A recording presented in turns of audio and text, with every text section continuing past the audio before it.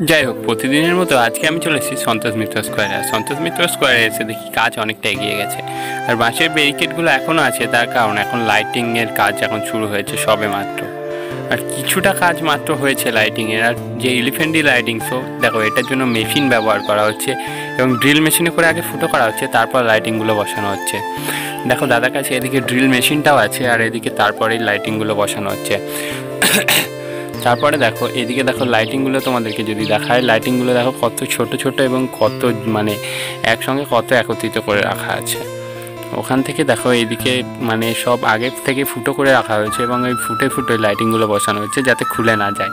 সেই কারণে দেখো প্রথম আগে এদিকে ড্রিল মেশিন দিয়ে ফুটো করা হচ্ছে, তারপর আটা দিয়ে বসানো হচ্ছে। আর এদিকে দেখো ভিড় হয়েছে কত পরিমাণের, এখন থেকেই মনে হচ্ছে যেন পুজো লেগে গেছে। দেখো এদিকে সবাই শুধু লাইটিংটা দেখার জন্য এসছে, মানে লাইটিং যে ফিট হচ্ছে কেমন করে ফিট হচ্ছে সেটা দেখার জন্য সবাই এখানে এসছে। আর এদিকে দাদারা এখন জোর কদমে কাজ করছে, আর এদিকে মিনিমাম কিছুটা হলেও কাজ এগিয়ে গেছে লাইটিংয়ে, ঠিক আছে।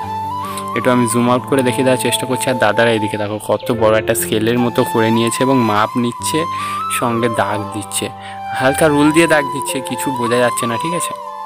মানে ওরা বুঝতে পারবে, আমি খালি চোখে দেখতে পাচ্ছি, কিন্তু তোমরা ক্যামেরায় হয়তো কিছু বুঝতে পারবে না যে এই দাগটা কী কোথায় দিচ্ছে, ঠিক আছে। যাই হোক, একটা কাঠের সাহায্যে স্কেলের মতো করে তারপর পরপর দাগ দিচ্ছে, এখানে লাইটিংগুলো বসানো হবে সেই কারণে।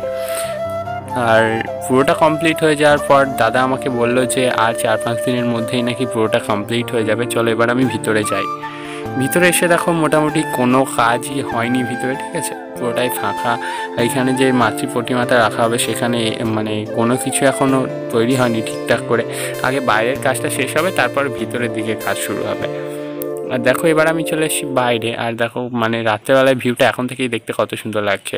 যাই হোক, ভিডিওটা ভালো লাগলে লাইক অ্যান্ড সাবস্ক্রাইব করো। দেখা হচ্ছে নেক্সট ভিডিওতে। Tata, bye bye.